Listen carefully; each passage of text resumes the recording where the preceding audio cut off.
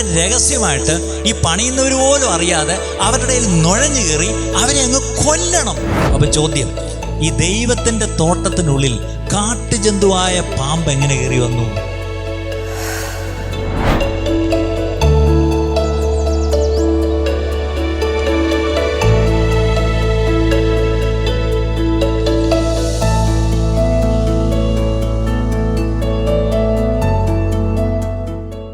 ദൈവനാമത്തിന് മാത്രം ഉണ്ടാകട്ടെ. ഒരു പ്രാവശ്യം കൂടെ മാറ്റമില്ലാത്ത വചനം നിങ്ങളുടെ മുമ്പാകെ പങ്കുവയ്ക്കാൻ ലഭിച്ച അവസരത്തിനായിട്ട് ദൈവത്തിന് സ്തോത്രം ചെയ്യുന്നു. ദയവായി എല്ലാവരും പ്രാർത്ഥനയോടെ ആയിരിക്കുക. വചനത്തിലേക്ക് പോകുന്നതിന് മുമ്പായിട്ട് ഒരു വാക്ക് നന്ദി. കഴിഞ്ഞ ഒരു 10 ദിവസക്കാലം ഞാനൊരു യാത്രയിലായിരുന്നു. യാത്രയിലൊക്കെയും കർത്താവിൻ്റെ കൂടെയിരുന്നു. പോയിടത്തൊക്കെയും ദൈവം അനുഗ്രഹിച്ചു. പ്രത്യേകിച്ച് നിങ്ങളുടെ പ്രാർത്ഥന അതിന് വളരെ സഹായമായിരുന്നു. നിങ്ങളുടെ എല്ലാ പ്രാർത്ഥനയ്ക്കും ഒരു വാക്കിൽ നന്ദി മാത്രം പറഞ്ഞ് ഞാൻ ആ വിഷയം അങ്ങ് വിടുന്നു. അനുഗ്രഹിക്കപ്പെട്ട പ്രബോധനം നമ്മളിപ്പം കേട്ടു. വിശുദ്ധരായി വിശുദ്ധിയിൽ ജീവിക്കേണ്ടതിൻ്റെ ആവശ്യം, ദൈവത്തിൻ്റെ ഇഷ്ടം തന്നെ നമ്മളെക്കുറിച്ചുള്ളത് വിശുദ്ധീകരിക്കപ്പെട്ട ജീവിതങ്ങൾ ജീവിക്കുക എന്നുള്ളതാണ്. നമ്മുടെ ജീവിതം, നമ്മുടെ ശുശ്രൂഷ എല്ലാം തന്നെ വിശുദ്ധമായിരിക്കണം. വിശുദ്ധീകരണം കൂടാതെ കർത്താവിനെ കാണുക പോലുമില്ല എന്നാണ് നമ്മൾ വായിച്ചു കേട്ടത്. അങ്ങനെയെങ്കിൽ അതിനോട് ചേർന്ന് തന്നെയുള്ളതാണ് ഇന്ന് ഞാനും ചിന്തിച്ച് പ്രാർത്ഥിച്ചൊരുങ്ങി വന്ന ദൈവവചനം. ഒടുവിലായിട്ട് നമ്മൾ കേട്ടു, പിശാച് വളരെ തന്ത്രമുള്ളവനാണ്. അവൻ ഏത് വിധേനയും നമ്മളെ എന്തെങ്കിലും തെറ്റിക്കും, അല്ലേ? നമ്മളെ തകർക്കും. അവൻ്റെ ഉദ്ദേശം തന്നെ നമ്മളെ എന്താണ്? കൊല്ലും എന്ന് തന്നെയാണ്. ഒടുവിൽ എഴുതിയിരിക്കുന്നത് കൊല്ലും, അല്ലേ? ടു കിൽ, ടു ഡിസ്ട്രോയ്, അല്ലേ? നമ്മളെ നശിപ്പിക്കും എന്നല്ല, കൊല്ലും എന്ന് തന്നെയാണ്. അതിനോട് ചേർന്ന് ഒരു വാക്യം നമുക്ക് കുറിവാക്യമായിട്ട് വായിക്കാം. 2 കൊരിന്ത്യർ 2-ാം അധ്യായം 11-ാം വാക്യം. 2 Corinthians chapter 2 verse 11. 2 കൊരിന്ത്യർ 2-ാം അധ്യായം 11-ാം വാക്യം. ഞാൻ മൊത്തം വായിക്കുന്നില്ല. സാത്താൻ നമ്മളെ തോൽപ്പിക്കരുത്, അവൻ്റെ തന്ത്രങ്ങളെ നാം അറിയാത്തവരല്ലോ. സാത്താൻ നമ്മളെ തോൽപ്പിക്കരുത്, അവൻ്റെ തന്ത്രങ്ങളെ നാം അറിയാത്തവരല്ലോ. എഫേസ്യ ലേഖനം 4-ാം അധ്യായം 27-ാം വാക്യം. എഫീഷ്യൻസ് 4:27. എഫേസ്യർ 4:27. ആ വാക്യം ഇങ്ങനെയാണ്: പിശാചിന് ഇടം കൊടുക്കരുത്, പിശാചിന് ഇടം കൊടുക്കരുത്, സാത്താൻ നമ്മളെ തോൽപ്പിക്കരുത്. ഈ 2 കുറിവാക്യങ്ങൾ ആദ്യമേ ഞാൻ വായിച്ച് കേൾപ്പിച്ചു. ഇതിനെ തുടർന്ന് നമുക്ക് ദൈവവചനത്തിലേക്ക് നമുക്ക് പോയി നമ്മളെ തന്നെ ഒന്ന് ശോധന ചെയ്യാം. തന്ത്രങ്ങൾ, സ്ട്രാറ്റജീസ്. ഇന്ന് പ്രത്യേകിച്ച് നമ്മൾ ജീവിക്കുന്ന ഈ കാലഘട്ടത്തിൽ ഒരുപാട് യുദ്ധങ്ങളെക്കുറിച്ചുമൊക്കെ നമ്മൾ കേൾക്കുന്നുണ്ട്. യുദ്ധങ്ങളെക്കുറിച്ചൊക്കെ അപ്ഡേറ്റ്സ് അപ്പോഴപ്പോഴും നമുക്ക് കിട്ടുന്നുണ്ട്. യുദ്ധങ്ങൾ പോലെ തന്നെ പ്രധാനമാണ് വാർ സ്ട്രാറ്റജീസ്, യുദ്ധതന്ത്രങ്ങൾ. ഇപ്പം നമുക്കറിയാം, പേരും ഞാൻ രാജ്യങ്ങളുടെ ഒന്നും പറയുന്നില്ല. ചില രാജ്യങ്ങളുടെയൊക്കെ തന്ത്രങ്ങൾ അത് വളരെ വിശേഷതയുള്ള, അതൊക്കെ നമുക്കിപ്പോൾ അറിയാം, കാണാപ്പാടോ, കുട്ടികൾക്ക് വരെ അറിയാം ഓരോ സ്ട്രാറ്റജീസ് എന്തൊക്കെയാണ്. അപ്പം സ്ട്രാറ്റജീസ് ആണ് ഒരു യുദ്ധത്തെ ജയിപ്പിക്കുന്നത്. അല്ലാതെ യുദ്ധം ചെയ്തങ്ങ് ജയിക്കുകയല്ല. എങ്ങനെ യുദ്ധം ചെയ്യണമെന്നുള്ളത് വളരെ നന്നായി ഇന്നത്തെ രാജ്യങ്ങൾ, പ്രത്യേകിച്ച് അവരുടെ സൈന്യങ്ങളും മറ്റും വളരെ സ്ട്രാറ്റജിക്കായിട്ട് അവരത് പ്ലാൻ ചെയ്ത് ആണ് അവരത് നടപ്പാക്കുന്നത്. അപ്പം വാർ സ്ട്രാറ്റജീസ് വളരെ പ്രധാനപ്പെട്ട കാര്യമാണ്. അവിടെയാണ് അപ്പോസ്തലനായ പൗലോസ് നമ്മോട് പറയുന്നു, എന്താണ്? അവൻ്റെ തന്ത്രങ്ങളെ നാം അറിയണം. അപ്പം രാജ്യങ്ങൾ തങ്ങളുടെ ശത്രു രാജ്യങ്ങളുടെ വാർ സ്ട്രാറ്റജീസ് അറിയുന്നതിനെക്കാട്ടിലും പ്രധാനമാണ് ഓരോ ദൈവവേദലും നമ്മുടെ ക്രിസ്തീയ ജീവിതം നമ്മൾ ജീവിക്കുമ്പോൾ, നമ്മുടെ ക്രിസ്തീയ ശുശ്രൂഷകൾ നമ്മളായിരിക്കുമ്പോഴും സ്ട്രാറ്റജീസ് അറിയണം.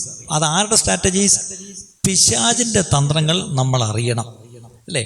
അവിടെയാണ് നമ്മൾ ഒരു കാര്യം ഓർക്കേണ്ടത്. പിശാചിനെ നമ്മൾ ആവശ്യത്തിലധികം നമ്മൾ ഭയപ്പെടുകയോ അവനെ അങ്ങ് എന്താ പറയുക ഗ്ലോറിഫൈ ചെയ്യുകയോ ചെയ്യേണ്ട ആവശ്യമില്ല. കാര്യം കൊലോസ്യ ലേഖനം 2-ാം അധ്യായം 15-ാം വാക്യത്തിൽ, കൊലോസ്യ ലേഖനം 2-ാം അധ്യായം 15-ാം വാക്യത്തിൽ, വാഴ്ചകളെയും അധികാരങ്ങളെയും ആയുധവർഗം വർപ്പിച്ച് ക്രൂശിൽ അവരുടെ മേൽ ജയോത്സവം കൊണ്ടാടി അവരെ പരസ്യമായ കാഴ്ചയാക്കി. Having disarmed the powers and authorities he made a public spectacle of them, triumphing over them by the cross. ക്രൂശിലൂടെ കർത്താവ് നമുക്ക് നേടിത്തന്ന ജയം എന്ന് പറയുമ്പം പിശാചിനെ തോൽപ്പിച്ചു. അതിൻ്റെ അർത്ഥം പിശാച് ഇപ്പോഴും ജയിച്ചു നിൽക്കുകയല്ല, പിശാച് തോറ്റവനാണ്, അല്ലേ? ആ ജയം ക്രൂശിലൂടെ കർത്താവ് ദൈവമക്കളായ നമുക്കും തന്നിട്ടുണ്ട്.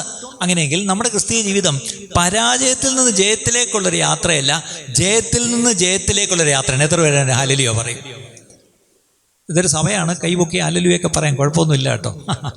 ഓക്കെ, അപ്പം നമ്മൾ ജയത്തിൽ നിന്ന് ജയത്തിലേക്ക്, അല്ലാതെ നമ്മൾ ഡിഫീറ്റിൽ നിന്ന് വിക്ടറിയിലേക്കല്ല, ഫ്രം വിക്ടറി ടു വിക്ടറി അല്ലേ, വിശ്വാസത്തിൽ നിന്ന് വിശ്വാസത്തിലേക്ക്. ഈ പറഞ്ഞ പോലെ നമ്മൾ ജയത്തിൽ നിന്ന് ജയത്തിലേക്കാണ്.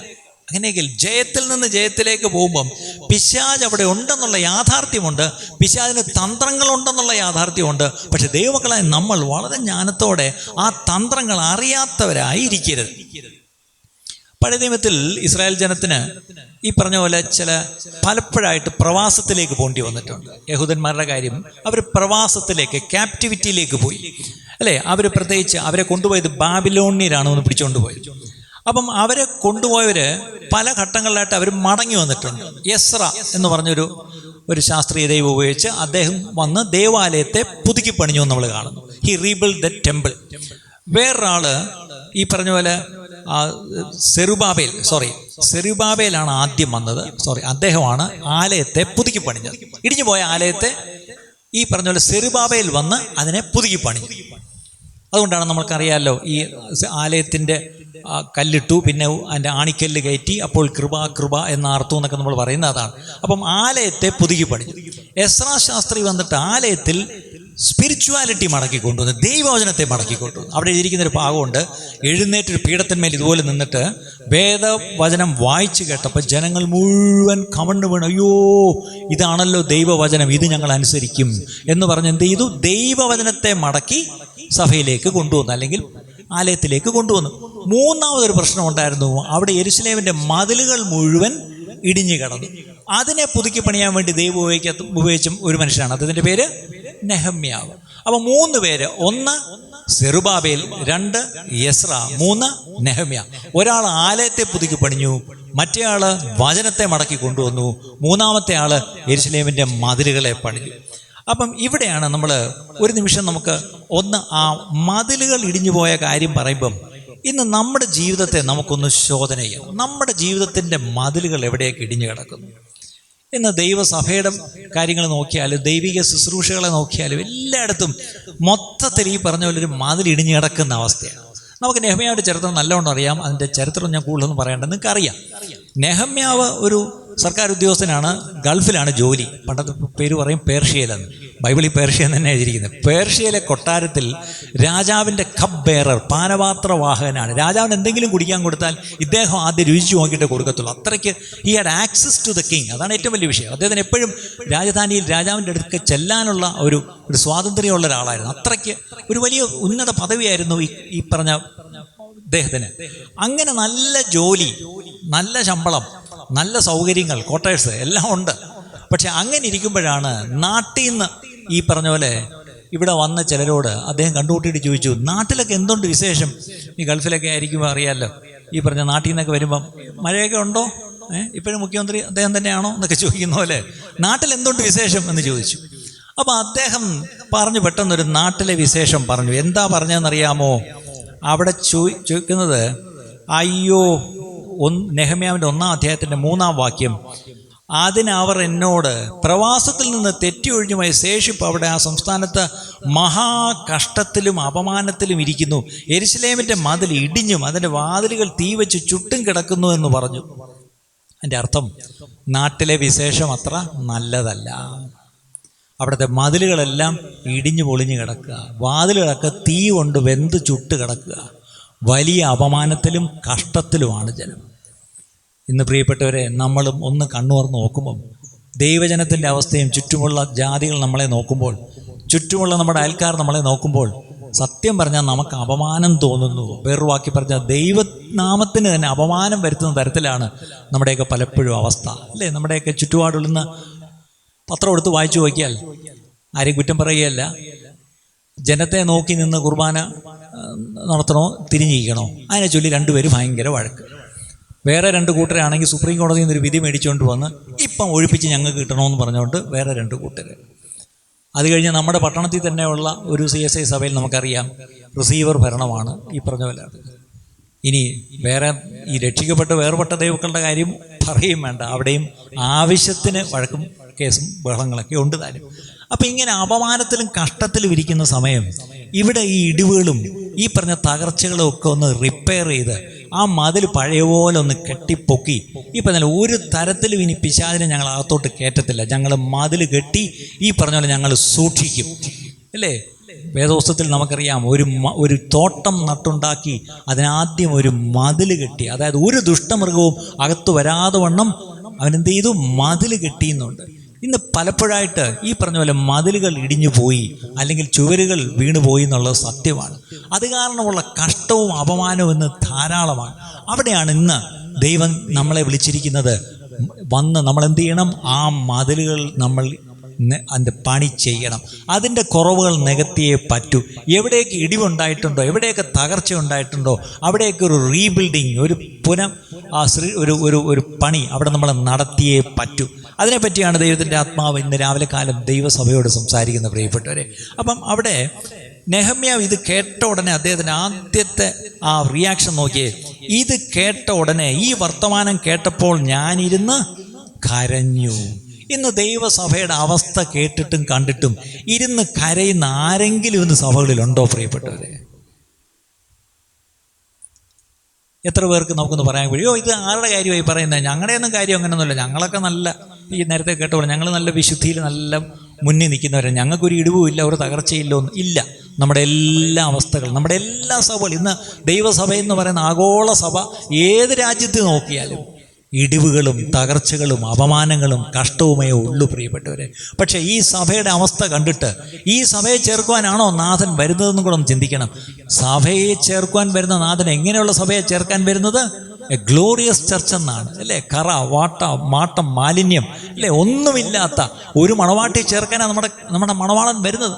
അങ്ങനെയെങ്കിൽ ഇപ്പോഴെങ്ങാണ് നമ്മുടെ മണവാളൻ കയറി അങ്ങ് വരണമെന്ന് വിചാരിച്ച് മണവാളനെങ്കിൽ വന്നാൽ പെട്ടു സഭ എടുക്കപ്പെടുമെന്നുള്ളതിന് ഒരു ഗ്യാരണ്ടിയില്ല. അപൂർവം ചുരുക്കം ചിലരെ കാണും പോയി കിട്ടിയാലായി.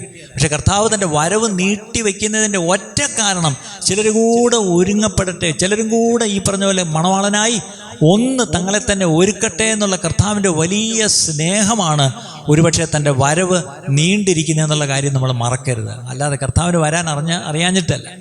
തിടുക്കം കർത്താവിനുണ്ടോ എന്ന് ചോദിച്ചാൽ ഉണ്ട്, നമ്മളെ കാണാൻ തിടുക്കമുണ്ട്. പക്ഷേ ഇപ്പം വന്നാൽ ഒത്തിരി പേരവിടെ കാണത്തില്ല, പ്രിയപ്പെട്ടവരെ. ആർക്ക്? സഭയ്ക്ക് വേണ്ടി തൻ്റെ രക്തം കൊടുത്തുവെങ്കിൽ ആ രക്തത്തിൻ്റെ വിലയായി ഈ പറഞ്ഞ മേടിക്കപ്പെട്ട അനേകർ വിശുദ്ധിയിൽ തങ്ങളെ തന്നെ ജീവിതങ്ങളെ സൂക്ഷിക്കാത്ത കാരണം, സഭ നിൽക്കേണ്ടതുപോലെ വിശുദ്ധിയിൽ നിൽക്കാത്ത കാരണം ആ സഭ ചേർക്കപ്പെടുമോ എന്നൊരു സന്ദേഹം കർത്താവിന് ഇല്ലാതില്ല. അതുകൊണ്ട് തൻ്റെ ദീർഘക്ഷമ നിമിത്തം കർത്താവ് തൻ്റെ വരവ് നീട്ടിവെക്കുന്നേ ഉള്ളൂ. എത്ര പേര് അതിന് ആമയും പറയുമെന്ന് എനിക്കറിയത്തില്ല. അതാണ് സത്യം, പ്രിയപ്പെട്ടവരെ. എന്നെയും നിങ്ങളെയും കർത്താവ് അത്രയ്ക്ക് സ്നേഹിക്കുന്നു. അതുകൊണ്ട് മാത്രമാണ് കർത്താവ് ഇതുവരെ വരാത്തത്. അല്ലാതെ മറ്റൊരു കാരണവും ഞാൻ നോക്കിയിട്ട് കാണുന്നില്ല, പ്രിയപ്പെട്ടവരെ. അപ്പം അങ്ങനെ ഇരുന്നപ്പം താൻ ഇരുന്ന് കരഞ്ഞിട്ട് താൻ അടുത്ത് എഴുതിയിരിക്കുന്നത് എന്താണെന്നറിയാമോ? ദുഃഖിച്ചു കുറേ നാൾ ഉപവസിച്ചും കൊണ്ട് സ്വർഗത്തിലെ ദൈവത്തോട് പ്രാർത്ഥിച്ചു. അങ്ങനെ പ്രാർത്ഥിച്ചപ്പം ദൈവം തൻ്റെ ഉള്ളിലൊരു താല്പര്യം കൊടുത്തു. ഒരു ലീവ് ചോദിക്കാം രാജാവിനോട്. ചെന്ന് രാജാവിനോട് ചോദിക്കുന്നു. എങ്ങനെ അച്ഛൻ ചോദിക്കുന്നത്? രാജാവിൻ്റെ അടുത്ത് ഇതിന് ആക്സസ് ഉണ്ടെന്ന് പറഞ്ഞാൽ ഇങ്ങനത്തെ പേഴ്സണൽ കാര്യങ്ങളായിട്ടൊക്കെ പോകാൻ ബുദ്ധിമുട്ടുണ്ട്, അല്ലേ? അദ്ദേഹം ചെന്നപ്പോൾ രാജാവ് ചോദിച്ചു, എന്തുവരും ഇതിൻ്റെ മുഖം പാടിയിരിക്കുന്നത്? ഒരു കാര്യമുണ്ട്, എൻ്റെ നാട്ടിൽ വലിയ അപമാനവും കഷ്ടത്തിലുമാണ് എൻ്റെ ജനം പോകുന്നത്. എന്ത് വേണം നിനക്ക്? ഒന്ന് പോണോ? അതെ പോകണം. ലീവ് വേണോ? വേണം. Okay, leave sanction. അതിൻ്റെ കൂട്ടത്തിൽ കുറച്ച് ഫേവേഴ്സ് എല്ലാം കൂടെ കൊടുത്തു, അല്ലേ? അവിടെ പോയി പണിക്കല്ലേ താൻ പോകുന്നത്, അതിനുള്ള ഒരുപാട് കാര്യം. പിന്നെ ബോർഡർ ഈ പറഞ്ഞ പോലെ കടന്നു പോകുന്നതിനുള്ള ലെറ്ററും എല്ലാം കൊടുത്തു. ഇദ്ദേഹം ഈ പറഞ്ഞ പോലെ പ്രാർത്ഥനയോടെ അദ്ദേഹത്തിൻ്റെ നാട്ടിലേക്ക് മടങ്ങി വന്നു. ഇന്ന് പ്രിയപ്പെട്ടവരെ, നമ്മൾ ഏതവസ്ഥയിലായിരിക്കണമെങ്കിലും നമ്മളായിരിക്കുന്ന ദേശത്തേക്ക്, നമ്മളായിരിക്കുന്ന സഭയിലേക്ക്, നമ്മളായിരിക്കുന്ന കൂട്ടായ്മയിലേക്ക് മടങ്ങി വന്ന് എവിടെയെല്ലാം ഇടിവുകൾ ഉണ്ടായിട്ടുണ്ടോ, എവിടെയെല്ലാം തകർച്ചകൾ ഉണ്ടായിട്ടുണ്ടോ, അതിന്മേലൊരു പണി ചെയ്യുവാൻ ദൈവം കണ്ടിരിക്കുന്നത് വേറെ ആരെയുമല്ല, എന്നെയും നിങ്ങളെയും തന്നെയാണ്. നമ്മൾ ഓരോരുത്തരും എഴുന്നേറ്റ് നമ്മുടെ ഭാഗം ചെയ്തേ പറ്റൂ, പ്രിയപ്പെട്ടവരെ. അങ്ങനെ താൻ അവിടേക്ക് വന്നപ്പോൾ അവിടെ ആദ്യം വന്ന് താൻ ചെയ്ത കാര്യം ഓടിച്ചു പറയുകയാണ്. ഒരു രാത്രി ഒരു മൃഗത്തിൻ്റെ മണ്ടയിൽ കയറി ഇടിവുകളെല്ലാം പോയെന്ന് നോക്കി കണ്ടു. പേഴ്സണലി ഈ വെൻ്റ് അറൗണ്ട് ആൻഡ് ഇൻസ്പെക്റ്റഡ്, അല്ലേ? ചെന്ന് കണ്ടു, എവിടെയൊക്കെയാണ് ഇടിഞ്ഞിരിക്കുന്നത്, എവിടെയൊക്കെയാണ് തകർച്ച, എവിടെയൊക്കെയാണ് എല്ലാം കണ്ടു മനസ്സിലാക്കി. ഓക്കെ, താൻ വലിയ എസ്റ്റിമേറ്റും കൊട്ടേഷനും ഒന്നും എടുത്തില്ല. താൻ അവിടെയുള്ള ചില എൽഡേഴ്സിനെ വിളിച്ചിട്ട് പറഞ്ഞു, എന്നേ ഞാൻ വന്നിരിക്കുന്നത്, ഞാനിങ്ങനെ ഒരു വിവരം അറിഞ്ഞ് ഓടി വന്നു. നിങ്ങളിത് കണ്ടുകൊണ്ടിരിക്കുന്നവരാ, ശരിയാ. പക്ഷേ എന്തായാലും ഞാൻ വന്നു, ഒരു നിയോഗം നമുക്ക് തരുന്നു, നമുക്ക് എഴുന്നേറ്റ് ഈ പണി അങ്ങ് ചെയ്യാം എന്ന് പറഞ്ഞ് അവരെന്ത് ചെയ്തു? അവരങ്ങോട്ട് പണി ചെയ്യാൻ തുടങ്ങിയപ്പം അവിടെ എഴുതിയിരിക്കുന്നൊരു വാക്കുണ്ട്, അവിടെ ഒന്നിച്ച് 2-ാം അധ്യായത്തിൻ്റെ 20-ാം വാക്യമാണെന്ന് തോന്നുന്നു. അവിടെ സ്വർഗത്തിലെ ദൈവം നമുക്ക് കാര്യം സാധിപ്പിക്കും, ആകയാൽ അവൻ്റെ ദാസന്മാരായ ഞങ്ങൾ എഴുന്നേറ്റ് പണിയും. The God of heaven, he will prosper us and we his servants shall arise and build. ഇന്ന് ഈ സഭയോട് എനിക്ക് പറയാനുള്ള ഒറ്റ സന്ദേശം ഇതേ ഉള്ളൂ. ദൈവസഭയിലെ കേടുകൾ, ഇടിവുകൾ, അല്ലെ, തകർച്ചകൾ, അതിനെ പരിഹരിക്കുവാൻ മറ്റാരുമല്ല ദൈവം നിശ്ചയിച്ചിരിക്കുന്നത്. ഈ സഭയിലുള്ള നമ്മൾ ഓരോരുത്തരും എഴുന്നേറ്റ് നമ്മൾ ആ കേടുകൾ തീർക്കുമെങ്കിൽ, നമ്മൾ ആ ഇടിവുകൾ നികത്തുമെങ്കിൽ തീർച്ചയായിട്ടും ആ മതിൽ പണി സമയത്തിന് മുമ്പേ തീരും. അത് ദൈവനാമത്തിന് മഹത്വമാവും. പിന്നീട് ഈ പറഞ്ഞ ശത്രുവിനെ നമ്മൾ പേടിക്കേണ്ട കാര്യം, അടയ്ക്കപ്പെട്ട ഒരു തോട്ടമാണെങ്കിൽ നല്ല മതിൽ കെട്ടിയിട്ടുണ്ട്, അതിനകത്ത് ഒരു ശത്രുവിനും കയറി വരാൻ കഴിയാതെ വണ്ണം. ഈ പറഞ്ഞ ഏദൻ തോട്ടം മനോഹരമായൊരു തോട്ടമായിരുന്നു, അല്ലേ? ദൈവം സൃഷ്ടിച്ചതിൽ നാട്ടുമൃഗങ്ങളും ഉണ്ടായിരുന്നു, കാട്ടുമൃഗങ്ങളും ഉണ്ടായിരുന്നു, ഉൽപ്പത്തി പുസ്തകത്തിലുണ്ട്. പക്ഷേ ഈ നല്ല തോട്ടത്തിൽ എല്ലാം വളരെ മനോഹരമായിട്ട് സൃഷ്ടിച്ച് ആദാമിനെ അവയാക്കി. പക്ഷേ അവിടെ എഴുതിയിരിക്കുന്നത് കാട്ടുജന്തുക്കളിൽ ഒന്നായ പാമ്പ് കയറി വന്നു. അപ്പൊ ചോദ്യം, ഈ ദൈവത്തിൻ്റെ തോട്ടത്തിനുള്ളിൽ കാട്ടുജന്തുവായ പാമ്പ് എങ്ങനെ കയറി വന്നു? എപ്പോഴും ഓർക്കണം, കാട്ടുജന്തുവായ ഒരു പാമ്പ് കയറി വന്നപ്പം അതിനെ മനസ്സിലാക്കുവാൻ ഹവ്വയ്ക്ക് കഴിഞ്ഞില്ല. ആ കാട്ടുജന്തുവായ പാമ്പിനോട് സംസാരിച്ചു തുടങ്ങി. ആ കാട്ടുജന്തു പറഞ്ഞത് വിശ്വസിച്ചു, ദൈവത്തെക്കാട്ടിലും വിശ്വസിച്ചു. അങ്ങനെയാണ് പാപം ചെയ്തത് നമ്മൾ അറിയുന്നു.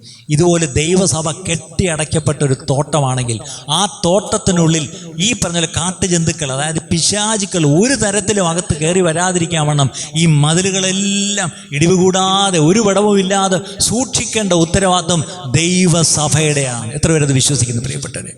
അകത്തുള്ള ദൈവമക്കളാണ് സൂക്ഷിക്കേണ്ടത്. ഒരു കാരണവശാലും പിശാചിൻ്റെ തന്ത്രങ്ങൾ ഞങ്ങൾ അറിയാത്തവരല്ല. പിശാച് ഞങ്ങളെ ഒരു കാലത്ത് തോൽപ്പിക്കാൻ പോകുന്നില്ല. കാര്യം ഈ പിശാചിനെ കാൽവറി ക്രൂശിൽ തോൽപ്പിച്ച കർത്താവാണ് ഞങ്ങളുടെ നാഥൻ, അല്ലേ? സഭയുടെ നാഥൻ പാസ്റ്ററല്ല, സഭയുടെ നാഥൻ ഈ പറഞ്ഞ പോലെ കർത്താവാണ്. ഞാൻ എൻ്റെ സഭയെ പണിയുമെന്ന് യേശുവാണ് പറഞ്ഞത്, ഒരു മനുഷ്യനുമല്ല പറഞ്ഞത്. അങ്ങനെയെങ്കിൽ ഈ കർത്താവ് പണിയുന്ന സഭയിൽ നമ്മെ ഇടിവുകൾ, കേടുകൾ തീർക്കാൻ വേണ്ടി ദൈവമാക്കിയിരിക്കുന്നുവെങ്കിൽ ആ ദൗത്യത്തിലേക്ക് നമ്മൾ ഇറങ്ങി പുറപ്പെടുമ്പോൾ അവിടെ ഒരു ചെറിയ പ്രശ്നം. നമ്മൾ നല്ല ഉദ്ദേശത്തിലാണ് ഈ ഇടിവുകളും കേടുകളും ഒക്കെ തീർക്കാൻ നമ്മൾ ഇറങ്ങിയത്. പക്ഷേ ആ നെഹമ്യാവ് നല്ല ഉദ്ദേശത്തിൽ ഡേ 1, 1-ാമത്തെ ദിവസം എല്ലാവരും കൂടി വന്ന് പണി അങ്ങ് തുടങ്ങി. പക്ഷെ അവർ പണി തുടങ്ങാൻ നേരത്ത് 4-ാം അധ്യായം, നെഹമ്യാവിൻ്റെ പുസ്തകം 4-ാം അധ്യായം അതിൻ്റെ 1 മുതൽ വായിക്കുമ്പോൾ, ഞങ്ങൾ മതിൽ പണിയുന്നുവെന്ന് സൻബല്ലത്ത് കേട്ടപ്പോൾ അവൻ കോപവും മഹാരോഷവും പൂണ്ട് യഹൂദന്മാരെ നിന്ദിച്ചു. ഓർക്കണം പ്രിയപ്പെട്ടവരെ, നമ്മൾ എവിടെയെങ്കിലും ഒരു റിസ്റ്റോറേഷൻ പ്രോസസ്സ്, ഒരു റീബിൽഡിങ് എവിടെയെങ്കിലും തുടങ്ങുമ്പം ആദ്യം മഹാരോഷവും കോപവും വരുന്ന ആർക്കാണെന്നറിയാമോ? നമ്മുടെ ശത്രുവിനാണ്. അതാരാണ്? പിശാച്. നമുക്ക് ശത്രു ഒരിക്കലും ജഡരക്തങ്ങളല്ല. നമുക്ക് ശത്രുക്കൾ എന്ന് പറയുന്ന ഒരാളേ ഉള്ളൂ, സ്വർലോകത്തിലെ ദുഷ്ടാത്മസേന, അല്ലേ? ഇന്ന് പിശാച് ഭൂമിയിലുണ്ടെങ്കിൽ, if Satan is a reality, he is going to be very upset when you and me start rebuilding. അല്ലേ? നമ്മൾ പണികൾ ഈ പറഞ്ഞ പോലെ യഥാസ്ഥാനപ്പെടാൻ വേണ്ടിയുള്ള പണികൾ തുടങ്ങുമ്പോൾ, ഒരു വിശുദ്ധ ജീവിതത്തിലേക്കുള്ള പണികൾ തുടങ്ങുമ്പോൾ, ഒരു ഐക്യപ്പെട്ട സഭയിലേക്ക് നമ്മൾ പണികൾ തുടങ്ങുമ്പോൾ, അത് കണ്ടിട്ട് ഇഷ്ടപ്പെടാതെ വളരെ കോപിക്കുന്ന ഒരു പിശാചുണ്ടെന്നുള്ള കാര്യം നമ്മൾ മറക്കരുത്. അപ്പം നോക്കിയേ, അവിടെ ഒരു സൻബല്ലത്തിനും തോബിയാവിനും എന്തു പറ്റി? അവരെന്ത് ചെയ്തു? അവർക്ക് രോഷം പൂണ്ടിട്ട് അവരെഴുതിയിരിക്കുന്നത് നിന്ദിച്ചു. ഇന്ന് ഏറ്റവും വലിയ പ്രശ്നം നിന്ദയാണ്. സങ്കീർത്തനത്തിൽ ഒരു വാക്യം, നിന്ന എൻ്റെ ഹൃദയത്തെ തകർത്തു. ഇന്ന് ഏറ്റവും വലിയ പ്രശ്നം ഈ നിന്ദിക്കപ്പെടുമ്പോഴാണ് നമ്മൾ തകരുന്നത്. പക്ഷെ പിശാചിൻ്റെ സ്ട്രാറ്റജിയാണ് പ്രിയപ്പെട്ടവരെ, നമ്മൾ ദൈവഹിതപ്രകാരം ദൈവവേല ചെയ്യുമ്പം നമ്മളെ നിന്ദിക്കുക എന്നുള്ളത് പിശാചിൻ്റെ തന്ത്രമാണ്. അടുത്ത് എങ്ങനെയാണ് നിന്ദിച്ചത്? 2-ാം വാക്യം, ഈ ദുർബലന്മാരായ യഹൂദന്മാർ എന്ത് ചെയ്യുവാൻ പോകുന്നു? അവരെ സമ്മതിക്കുമോ? അവർ യാഗം കഴിക്കുമോ? ഒരു ദിവസം കൊണ്ട് പണി തീർത്ത് കളയുമോ? വെന്ത് കിടക്കുന്ന ചണ്ടിക്കൂമ്പാരങ്ങളിൽ നിന്ന് അവർ കല്ല് ജീവിപ്പിക്കുമോ? എന്നിങ്ങനെ തൻ്റെ സഹോദരന്മാരും ശമര്യ സൈന്യവും കേൾക്കെ പറഞ്ഞു. ഇതെല്ലാവരും കേൾക്കെയായി പറഞ്ഞ് നിന്ദിക്കുന്നു. ഇത് നടക്കൂ? ഇവന്മാരെന്തായി ചെയ്യുന്നത്? അടുത്തത്, അപ്പോൾ അവൻ്റെ അടുക്കൽ നിന്ന് അമ്മോന്യനായ തോബിയാവ്, അവരെങ്ങനെ പണിതാലും ഒരു കുറുക്കൻ കയറിയാൽ അവരുടെ കൺമതിൽ ഉരുണ്ട് വീഴുമെന്ന് പറഞ്ഞു. ഇവരെങ്ങനെയൊക്കെ കെട്ടിപ്പൊക്കിയാലും അതിന് വണ്ടേക്കോട്ട് കുറുക്കൻ ഓടിയാൽ ഈ മതിലിടിഞ്ഞ് വീഴും എന്നൊക്കെ പറഞ്ഞാൽ അവരങ്ങ് കളിയാക്കുക. പക്ഷേ ഇങ്ങനെ നിന്ദിക്കുമ്പം നെഹമ്യാവ് ചെയ്ത കാര്യം എന്താണെന്നറിയാമോ? അടുത്ത വാക്യത്തിലുണ്ട്, ഞങ്ങളുടെ ദൈവമേ കേൾക്കണമേ. ആരൊക്കെയോ കേൾക്കാൻ വേണ്ടിയ ഉറക്കെ ഇവർ പറഞ്ഞത്. പക്ഷേ അത് അവരെ കേട്ടോന്നുള്ളതല്ല വിഷയം. നെഹമ്യാവ് പറയുക, എൻ്റെ ദൈവമേ അങ്ങ് കേൾക്കണമേ. നമ്മൾ കാരണം ചോദിക്കാറുണ്ട്, ഇതൊന്നും കേൾക്കാനും കാണാനും ആരുമില്ലേ? ഉണ്ട്, നമുക്കൊരു ദൈവമുണ്ട് പ്രിയപ്പെട്ടവരെ. നമുക്കൊരു ദൈവമുണ്ട്. ഒരു സർക്കാരും ഒരു കോടതിയും ഒന്നും ഇതൊന്നും കേൾക്കത്തില്ല. കേട്ടാൽ തന്നെ നീതിപൂർവമായ വിധികളൊന്നും ഒരിടത്തും വരത്തില്ല. പക്ഷേ നീതിമാനായ ഒരു ദൈവം സ്വർഗത്തിലുണ്ട്. നീതിയുള്ള ന്യായാധിപതിയായ ഒരു ദൈവം എനിക്ക് നിങ്ങൾക്ക് സ്വർഗത്തിലുണ്ട്. ആ ദൈവം കേൾക്കണം. അതുകൊണ്ട് നമ്മുടെ പ്രാർത്ഥന എപ്പോഴും ലോർഡ് കേൾക്കണമേ, ഭീഷണിയുടെ സ്വരം കേൾക്കണമേ, അപമാനിക്കുന്നതിൻ്റെ സ്വരം കേൾക്കണമേ, കളിയാക്കുന്നതിൻ്റെ സ്വരം കേൾക്കണമേ എന്ന് ദൈവം കേൾക്കാൻ വേണ്ടിയേ നമുക്ക് പ്രാർത്ഥിക്കാൻ പറ്റൂ. ഞങ്ങൾ നിന്ദിതന്മാരായിരിക്കുന്നു. അതെ, നമ്മൾ നിന്ദിക്കപ്പെടുമ്പോൾ നമുക്ക് ദൈവത്തോട് പറയാം, കർത്താവേ ഞങ്ങൾ നിന്ദിക്കപ്പെട്ടിരിക്കുന്നു. നിങ്ങൾ ഓരോരുത്തരും നിന്ദിക്കപ്പെട്ടിട്ടുണ്ടോ പ്രിയപ്പെട്ടവരെ? ഞാൻ നല്ലവണ്ണം നിന്ദിക്കപ്പെട്ടിട്ടുണ്ട്. നിങ്ങൾക്കറിയാമല്ലോ, നല്ലവണ്ണം നിന്ദിക്കപ്പെട്ടിട്ടുണ്ട്. അത് നിന്നെ ഇങ്ങനെ കണ്ടിന്യൂ ചെയ്തുകൊണ്ടിരിക്കുക. എവിടെയെങ്കിലും വെച്ച് നിന്നേക്കൊരു ഫുൾ സ്റ്റോപ്പ് ഉണ്ടോ എന്ന് ചോദിച്ചാൽ ഇല്ല. ഈ ഭൂമിയിൽ കർത്താവിൻ്റെ വേല ചെയ്യുന്നിടത്തോളം കാലം നിന്ദിതരായിരിക്കും. ഈ ലോകത്തിൽ നാം നിന്ദിതരെങ്കിലും അല്ലേ, നിന്ദിതരാണ് നമ്മൾ. പക്ഷേ ഈ നിന്ന വരുമ്പോൾ അതിനോടുള്ള പ്രതികരണം വളരെ പ്രധാനമാണ്. നമ്മളെ നിന്ദിച്ചവരോട് ഒരു പ്രതികരണവും നമുക്കില്ല. നമ്മളെ നിന്ദിക്കുമ്പോൾ മുകളിലോട്ട് നോക്കിയിട്ട് കർത്താവേ അവരുടെ നിന്നെ നോക്കണമേ എന്ന് പ്രാർത്ഥിക്കണം. ഇന്ന് ദൈവസഭയെ ആരെങ്കിലും നിന്ദിക്കും, പിശാച് പ്രത്യേകിച്ച് ദൈവസഭയെ നിന്ദിക്കുവാനുള്ള പരിപാടികൾ ചെയ്യുന്നുവെങ്കിൽ നമുക്ക് പ്രാർത്ഥിക്കാനുള്ള ഒറ്റ പ്രാർത്ഥനയേ ഉള്ളൂ, ദൈവമേ അവിടെ നിന്ന് കാണണമേ എന്നുള്ളത്. ശരി, അവിടെ അപ്പം ഇത് ശത്രുവിൻ്റെ തന്ത്രത്തെ പറ്റിയാണല്ലോ പറഞ്ഞത്. ഈ തന്ത്രം എന്താണെന്നറിയാമോ? Discouragement strategy. നമ്മളെ നിരുത്സാഹപ്പെടുത്തുന്ന, നമ്മളെ മടുപ്പിക്കുന്ന ഒരു തന്ത്രം പിശാചിനുണ്ട്. ശരിയല്ലേ? നമ്മൾ ക്രിസ്തീയ ജീവിതത്തിൽ ഒന്ന് മുന്നോട്ടൊരു ചോടെടുത്ത് വയ്ക്കുമ്പം എന്തെങ്കിലും ഒരു നിന്ന വരുമ്പോഴത്തേക്കും നമ്മൾ കൈയടിച്ച് പാടും. എന്താ? നിന്നാ ദൂഷി പഴി, എന്താണ് പഴി ദൂഷി നിന്നാ ഞെരുക്കം. ഈ പഴി ദൂഷി നിന്നാ ഞെരുക്കങ്ങളെന്നൊക്കെ കൈയടിച്ച് പാടാൻ എളുപ്പമാണ്. പക്ഷെ ജീവിതത്തിലൊരു പഴിയോ ദൂഷിയോ നിന്നയോ ഞെരുക്കുമോ അപമാനമോ വരുമ്പം നമ്മൾ അപ്പോഴേ പൂട്ടിക്കെട്ടിപ്പോയിരിക്കും, അല്ലേ? തിരുവനന്തപുരം ഭാഷ പറഞ്ഞ് എപ്പോൾ പോയി എന്ന് ചോദിച്ചാൽ മതി, പോയിരിക്കും. ഇതാണ് നമ്മുടെ പ്രശ്നം. അതെന്തായിരുന്നറിയാമോ? അങ്ങനെ നമ്മൾ പൂട്ടിക്കെട്ടി പോയാൽ പിശാചി ജയിച്ചു. എന്താണ്? അവൻ്റെ നിരുത്സാഹപ്പെടുത്തുന്ന സ്ട്രാറ്റജി ജയിച്ചു, അല്ലേ? ഡിസ്കറേജ്മെന്റ്, അവൻ്റെ ആ സ്ട്രാറ്റജി ഒന്ന് കളിയാക്കപ്പെടുത്തേക്കും പോയി. ഇന്ന് നമ്മുടെ പ്രശ്നം ഇതാ. തൊട്ടാവാടികൾ എന്ന് പറഞ്ഞ നമ്മൾ വിശ്വാസികൾ വളരെ തൊട്ടാവാടികളാണ്. ഒന്നാരേലും ഒന്ന് പറഞ്ഞെന്ന് കേൾക്കുമ്പോഴത്തേക്കും തീർന്നു. എൻ്റെ കച്ചിങ്ങിതാ, ഞാൻ കളിക്കുന്നില്ല, പോവാന്ന് പറഞ്ഞങ്ങ് പോവും. ഇതാണെന്ന് സംഭവിക്കുന്നത്. അങ്ങനെ അല്ല. പിശാചിൻ്റെ ഒരു തന്ത്രമാണ് നമ്മളെ നിന്ദിക്കുക എന്നുള്ളത്.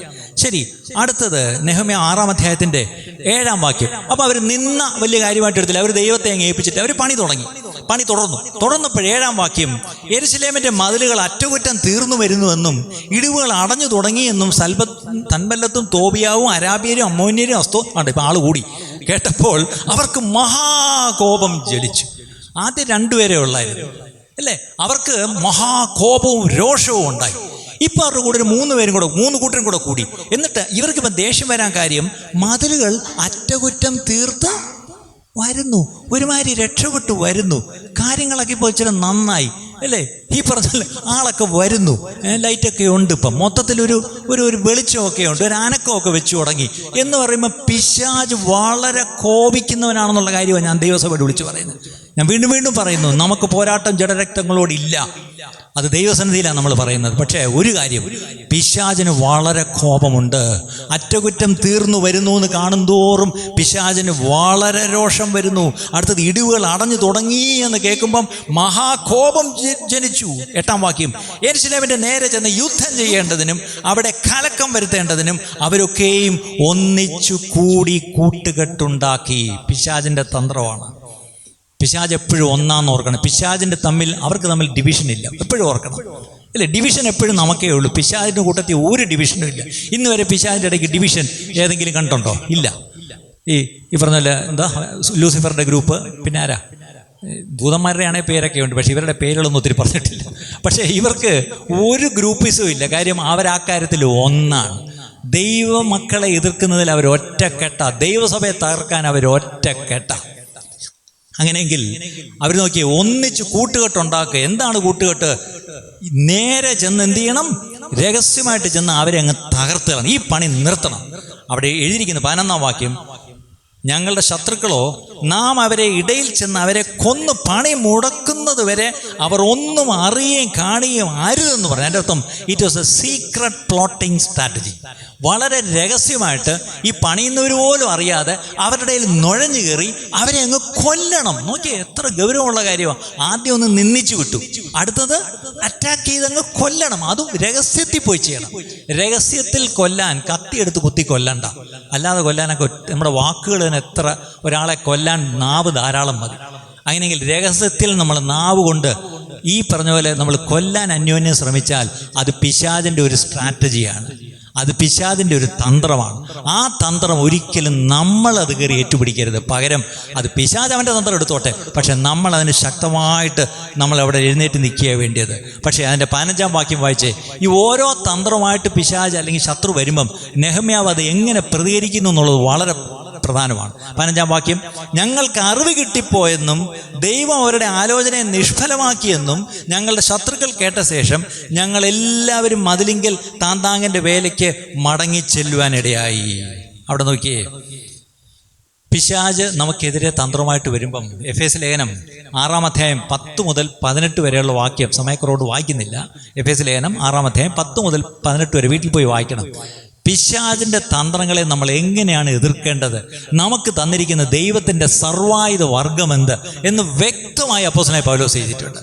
നമ്മുടെ തലയിൽ ഒരിക്കലും ഈ പറഞ്ഞ തലയ്ക്കൊരു മുറിവ് കിട്ടാത്ത വണ്ണം നമുക്ക് നല്ലൊരു രക്ഷയുടെ ശിരസ്ത്രം, ഹെൽമെറ്റ് ഉണ്ട് അല്ലേ, നമുക്ക് നല്ലൊരു ബ്രസ്റ്റ് പ്ലേറ്റ് ഉണ്ട്, നമുക്ക് നമ്മളെ തന്നെ സൂക്ഷിക്കുവാൻ നല്ലൊരു ഷീൽഡ് ഉണ്ട്, നമുക്ക് നല്ലവണ്ണം നമുക്കൊരു അരയിലൊരു നല്ലൊരു ബെൽറ്റ് കെട്ടിയിട്ടുണ്ട്. കാലിൽ ഏത് സമയത്തും ഉറക്കത്തെ വിളിച്ചുണർത്തിയാൽ എഴുന്നേറ്റ് യേശുവിനെ സാക്ഷിക്കുവാനുള്ള സുവിശേഷത്തിനായി ഓടുന്ന കാലുകൾ. അങ്ങനെയൊക്കെ കാലുകൾ എപ്പോഴും ഒരുക്കമുള്ള കാലുകളാണ്. അതാണ് ഗോസ്പൽ ഓഫ് ദ ഷൂസ് എന്നാണ് അല്ലേ, ശരിക്കും പറഞ്ഞാൽ ഷൂസ് ഓഫ് ദ ഗോസ്പൽ അല്ലെ, readiness to preach the gospel. അതാണ് ആ ഷൂ കാണിക്കുക, ഒരുക്കം, എപ്പോഴും സുവിശേഷം പറയാനുള്ള ഒരുക്കം.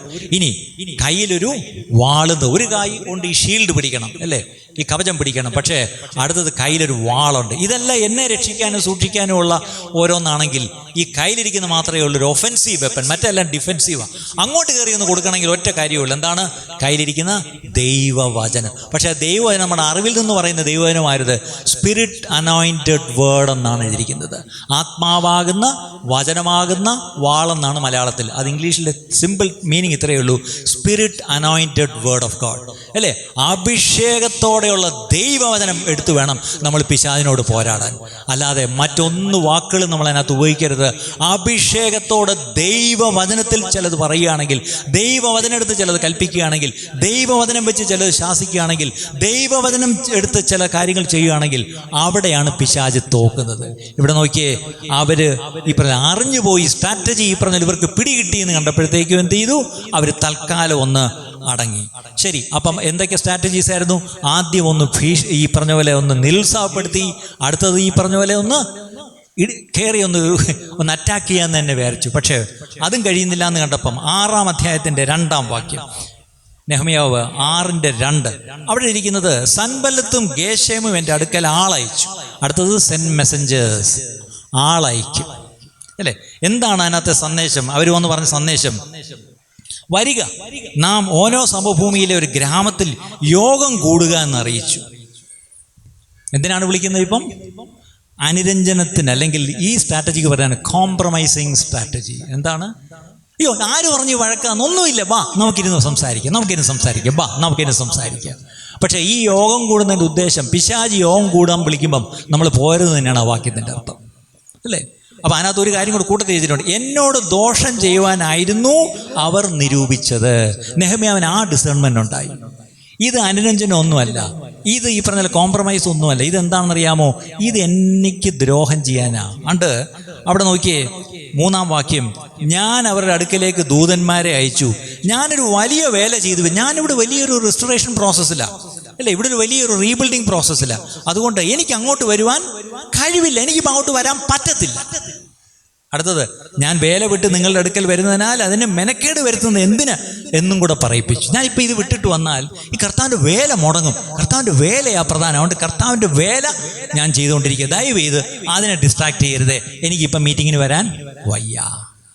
ഈ ചർച്ചയിൽ ആദ്യം മുതലേ ഒരു ശീലം ഞങ്ങൾ ഉണ്ടാക്കിയിട്ടുണ്ടായിരുന്നു.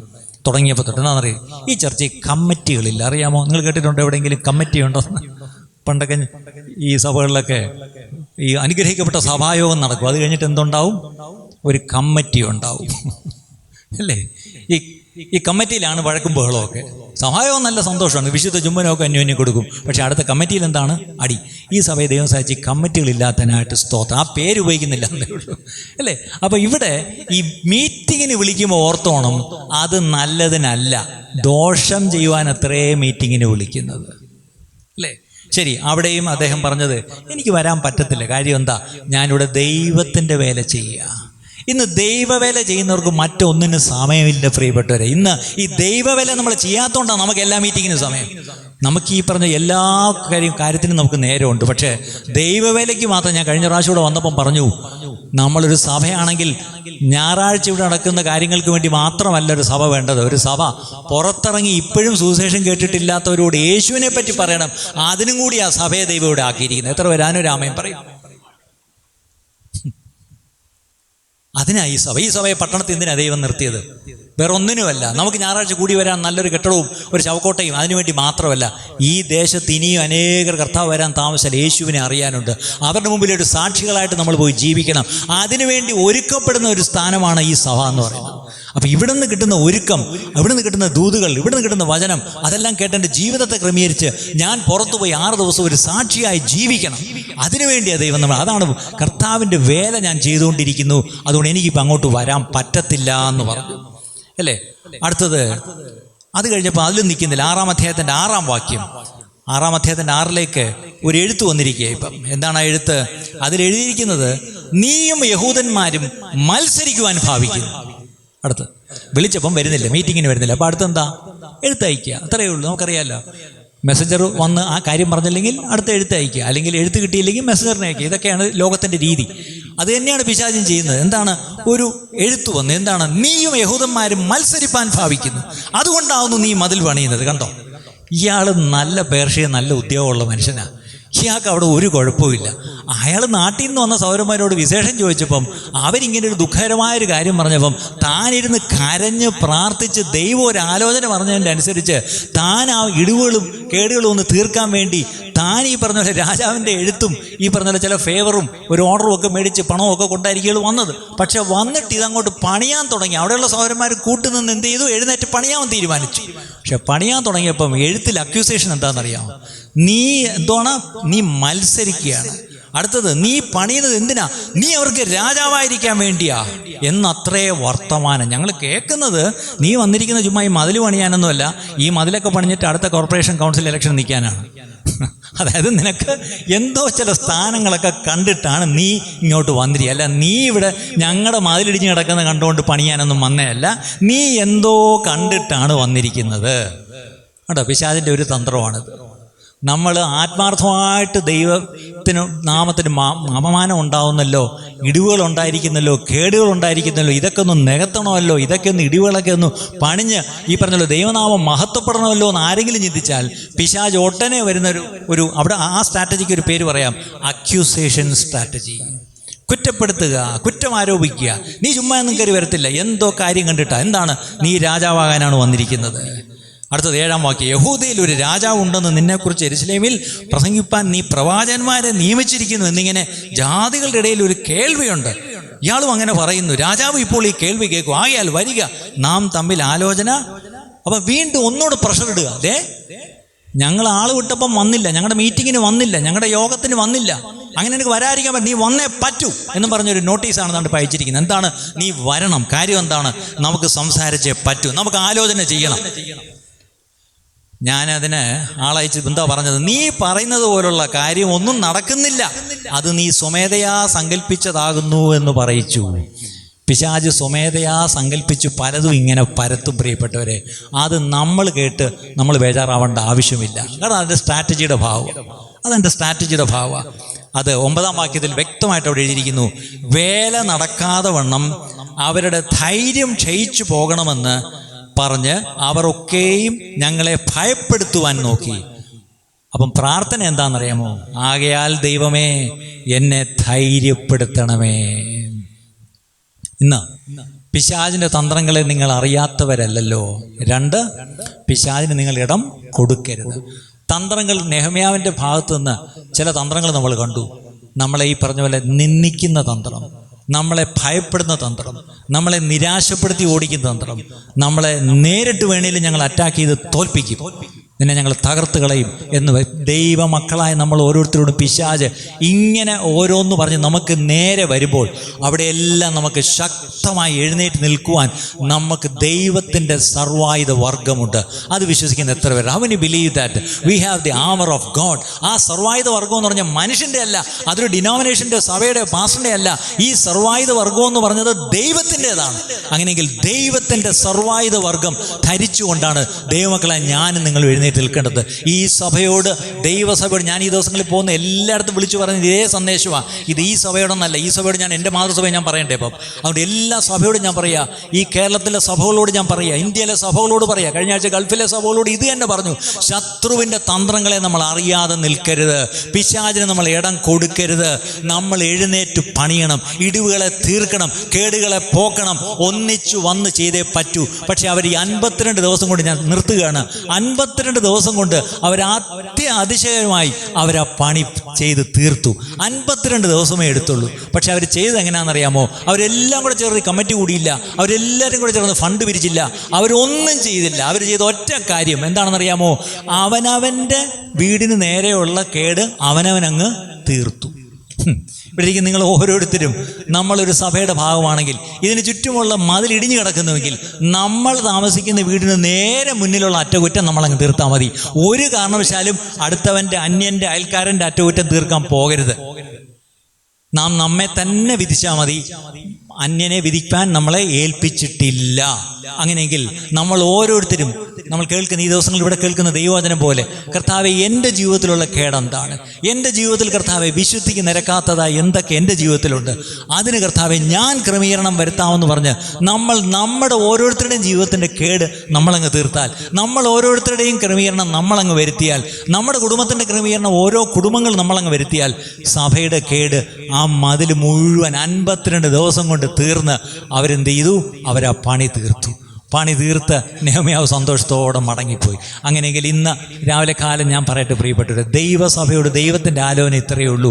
നമുക്കൊരു ശത്രുവുണ്ട്, അത് പൊതു ശത്രുവാണ്. ലോകമെമ്പാടുമുള്ള ദൈവങ്ങൾക്ക് നേരെ നിരന്തരം ഈ പറഞ്ഞ ഓരോ അമ്പുകൾ ഇങ്ങനെ എയ്തുകൊണ്ടിരിക്കുക. അതിൽ പലതാണ് നമ്മളിപ്പം കണ്ടത്. ഒന്ന്, നമ്മളെ നിരാശപ്പെടുത്തുന്നത്, നമ്മളെ നിന്ദിക്കുന്നത്, നമ്മളെ ഭയപ്പെടുത്തുന്നത്, നമ്മളെ ഈ പറഞ്ഞ പോലെ എങ്ങനെയെങ്കിലും ഇത് ഇട്ടിട്ട് പോകണം, അത്രയേ ഉള്ളൂ. അതിനുവേണ്ടിയുള്ള തന്ത്രങ്ങളാണ് പിശാച് ഒരുക്കുന്നത്. അതുകൊണ്ട് ഈ തന്ത്രങ്ങളെ അറിയാത്തവരല്ലല്ലോ എന്നാണ് പലരും 3-ാം സ്വർഗത്തോളം എടുക്കപ്പെട്ടതിനായിട്ട് ദൈവത്തിന് സ്തോത്രം. എന്തായാലും ഇവിടെ ഈ പറഞ്ഞ പോലെ പടക്കം പൊട്ടിച്ചാൽ പോലും എഴുന്നേക്കുമെന്ന് തോന്നുന്നില്ല. എന്തായാലും ആ അവസ്ഥയിലായി. അതും പിശാചിൻ്റെ ഒരു വലിയ തന്ത്രമാണ്. അത് ഈ നമ്മളിരുന്ന് ഉറങ്ങുന്ന, നമ്മൾ കഴിക്കുന്ന മരുന്നിൻ്റെ ഒന്നും അല്ല പ്രിയപ്പെട്ടവരെ. ഈ പറഞ്ഞ പോലെ പലപ്പോഴും ഈ അവരുടെ ഹൃദയം മന്ദമായിരിക്കുന്നു എന്ന് പറഞ്ഞ പോലെ നമ്മൾ ഈ ദിവസങ്ങളിൽ ദൈവസഭ അങ്ങ് മന്ദമായി തുടങ്ങി, ഒന്നും ഇങ്ങോട്ട് ഏൽക്കുന്നില്ല. ആ അവസ്ഥയിലായിട്ടുണ്ട്. ഇതിവിടുത്തെ അവസ്ഥ മാത്രമല്ല, ഞാൻ പോകുന്നിടത്തെല്ലാം ഇത് കാണുന്നുണ്ട്. അന്ത്യകാലത്തിൻ്റെ ലക്ഷണമാണെന്ന് നമുക്ക് പറയാം. പക്ഷേ അതിനെക്കാട്ടിലും ഞാൻ പറയട്ടെ, ഈ ഒരു മന്ദമായ അവസ്ഥയുടെ ഇടയിലാണ് എഴുന്നേറ്റ് പ്രകാശിക്കുക, നിൻ്റെ പ്രകാശം വന്നിരിക്കുന്നു എന്നും കൂടെ ദൈവത്തിൻ്റെ ആത്മാവ് പറയുന്നു. അങ്ങനെയെങ്കിൽ ഈ സഭയോട് ഞാൻ പറയുന്നു, എഴുന്നേറ്റ് പ്രകാശിക്കുക, എഴുന്നേറ്റ് പ്രകാശിക്കുക. നിൻ്റെ പ്രകാശം വന്നിരിക്കുന്നു, നിൻ്റെ മേൽ യഹോവയുടെ തേജസ് ഉദിച്ചിരിക്കുന്നു. ചുറ്റുപാടും അന്ധകാരവും ജാതികളെല്ലാം കൂരിരുട്ടിന് അടിമയാകട്ടെ, പക്ഷെ ദൈവസഭ എഴുന്നേൽക്കണം, എഴുന്നേറ്റ് പ്രകാശിക്കണം. അങ്ങനെ അതിന് കാരണം നമ്മളങ്ങ് ഷൈൻ ചെയ്യല്ല, എഴുന്നേറ്റ് ദൈവത്തിൻ്റെ പ്രകാശം, ദൈവത്തിൻ്റെ തേജസ് നമ്മുടെ മേൽ വന്നിരിക്കുന്നു. ദൈവത്തെ glory of God has risen upon you. അങ്ങനെയെങ്കിൽ ദൈവത്തിൻ്റെ തേജസ് എൻ്റെ മേലുണ്ട്. ഞാനൊരു രക്ഷിക്കപ്പെട്ട ദൈവവൈതലാണെങ്കിൽ, ഞാൻ ഈ പറഞ്ഞല്ലോ അഭിഷേകം പ്രാപിച്ചൊരു ദൈവവൈതലാണെങ്കിൽ, ദൈവത്തിൻ്റെ തേജസ് എൻ്റെ മേൽ ഉദിച്ചിരിക്കുന്നു. ആ തേജസ് ഉദിക്കപ്പെട്ട ഞാൻ അങ്ങനെ ഇരിക്കേണ്ടവനല്ല, ഞാൻ എഴുന്നേറ്റ് പ്രകാശിക്കേണ്ടവനാണ് എന്നൊരു ബോധ്യം നമുക്ക് ഓരോരുത്തർക്കും ഉണ്ടാവണം പ്രിയപ്പെട്ടവരെ. കേൾപ്പാൻ ചെവിയുള്ളവൻ കേൾക്കട്ടെ. ആത്മാവ് പറയുന്നത് എന്തെന്ന് കേൾപ്പാൻ ചെവിയുള്ളവൻ കേൾക്കട്ടെ എന്ന് വെളിപ്പാട് പുസ്തകത്തിൽ പറഞ്ഞ അതേ വാക്യം ഒരു പ്രാവശ്യം കൂടി ഇവിടെ പറഞ്ഞുകൊണ്ട് എൻ്റെ വാക്കുകളെ ഞാൻ നിർത്തുന്നു. കണ്ണടയ്ക്കാം, നമുക്കൊരു നിമിഷം പ്രാർത്ഥിക്കാം. ദൈവവചനമാണ് നമ്മൾ കേട്ടത്, ദൈവവചനമാണ് കേട്ടത്. മനുഷ്യൻ്റെ വാക്കല്ല, ഞാനത് എഴുതി തയ്യാറാക്കിയ പ്രസംഗമല്ല, ദൈവത്തിൻ്റെ വചനമാണ് നമ്മൾ കേട്ടത്. പിശാചിൻ്റെ തന്ത്രങ്ങളെ നാം അറിയാത്തവരായിരിക്കരുത്. പിശാചിനോട് എതിർത്ത് നിൽപ്പീൻ, അവൻ നിങ്ങളെ വിട്ട് ഓടിപ്പോവും. അങ്ങനെയാണെങ്കിൽ പിശാചിന് നമ്മൾ ഏതെങ്കിലും തരത്തിൽ ഈ സഭയ്ക്കുള്ളിൽ നമ്മൾ സ്ഥാനം കൊടുത്തിട്ടുണ്ടെങ്കിൽ തീർച്ചയായിട്ടും അത് എവിടെയോ ഒരു മതിൽ ഇടിഞ്ഞു കിടന്നു. ആ ഇടിഞ്ഞു കിടന്ന സ്ഥാനത്തൂടെയാണ് പിശാചി കയറിയത്. ഈ കയറിയ പിശാചിനെ ഇറക്കി വിട്ടിട്ട് ആ മതിൽ അടയ്ക്കണം. പ്രിയപ്പെട്ടവരെ, എത്ര പേരുന്ന് ഈ ഉച്ച എടുക്കുന്ന സമയത്ത് തീരുമാനിക്കും, കർത്താവേ, എൻ്റെ ജീവിതത്തിൽ എവിടെയെല്ലാം ഞാൻ പിശാചിനെ ഞാൻ കയറ്റിയോ, എൻ്റെ കുടുംബത്തിൽ ഞാൻ എവിടെയെല്ലാം പിശാചിനെ കയറ്റിയോ, ഏതൊക്കെ തരത്തിൽ സഭയ്ക്കുള്ളിൽ ഞാൻ പിശാചിനെ അനുവദിച്ചോ, ആ മേഖലകളിൽ നിന്നെല്ലാം ഞാൻ പിശാചിനെ ഇറക്കി വിട്ട് അവിടെയെല്ലാം കർത്താവെ ആ ഇടിവുകളും കേടുകളും തീർത്ത് കർത്താവെ ഈ മതിൽ പണിയാൻ എൻ്റെ ഭാഗം ഞാൻ പണിയാം കർത്താവെ എന്നൊരു തീരുമാനം എല്ലാവരും എടുത്താട്ടെ. എൻ്റെ ഭാഗം ഞാൻ ചെയ്യാം എന്നൊരു തീരുമാനം എടുത്താട്ടെ. എൻ്റെ പണി ഞാൻ ചെയ്യാം. ഞാൻ ഒരിക്കലും എൻ്റെ അയൽക്കാരൻ്റെ പണി ഞാൻ എന്നെ ഏൽപ്പിച്ചിട്ടില്ല. പക്ഷേ എൻ്റെ നേരെയുള്ള കേട് ഞാൻ തീർക്കും, എൻ്റെ നേരെയുള്ള ഇടിവ് ഞാൻ തീർക്കും. കർത്താവെ, ഞങ്ങൾ കേട്ട വചനത്തിന് മുമ്പാകെ ഞങ്ങളെ തന്നെ സമർപ്പിക്കുന്നു. ഞങ്ങൾ കർത്താവ് വാസ്തവമായിട്ടും വചനം കേട്ട് ഞങ്ങളെ ചതിക്കുന്നവരായിട്ടല്ലപ്പാ, ഞങ്ങൾ കേട്ട് ഈ വചനം അനുസരിച്ച് ഞങ്ങളുടെ ജീവിതത്തിൽ കർത്താവെ കേടുപാടുകൾ തീർത്ത് കർത്താവെ ആ മതിൽ കർത്താവെ 52 ദിവസം കൊണ്ട് നെഹെമ്യാവ് പണിഞ്ഞ ചരിത്രം ഞങ്ങൾ പഠിച്ചുവെങ്കിൽ ഇതുപോലെ ഇന്ന് കർത്താവെ നെഹെമ്യാവിനില്ലാത്ത ഒത്തിരി കാര്യം ഞങ്ങൾക്കിന്നുണ്ട്. അത് മറ്റൊന്നുമല്ല, ഇന്ന് പരിശുദ്ധാത്മാവ് ഭൂമിയിലുണ്ട് കർത്താവെ. ഞങ്ങൾക്ക് പിതാവിനടുത്തേക്ക് ഏത് സമയത്തും യേശു ക്രിസ്തു മുഖാന്തരം വരാം. ഞങ്ങൾക്ക് ദൈവവചനം കയ്യിൽ തന്നിട്ടുണ്ട്. ദൈവത്തിൻ്റെ പരിശുദ്ധാത്മാവ് ഞങ്ങൾക്ക് ഉണ്ടപ്പാ ഭൂമിയിൽ. അതിനായിട്ടൊക്കെ സ്തോത്രം. അതുകൊണ്ട് കർത്താവെ, കേടുകൾ കർത്താവെ പോക്കി ഇടിവുകൾ തീർത്ത് കർത്താവെ ഞങ്ങൾ കർത്താവെ അങ്ങയുടെ വരവിനായി ഒരുങ്ങി കാത്തിരിക്കുന്ന ഒരു കർത്താവെ ഒരു മണവാട്ടിയാക്കി ഞങ്ങളെ അവിടെ നിന്ന് തീർക്കണമേ എന്ന് പ്രാർത്ഥിക്കുന്നു. പ്രാർത്ഥന കേട്ടിരിക്കുക. സ്തോത്രം. യേശു ക്രിസ്തുവിൻ്റെ നാമത്തിൽ തന്നെ പിതാവേ.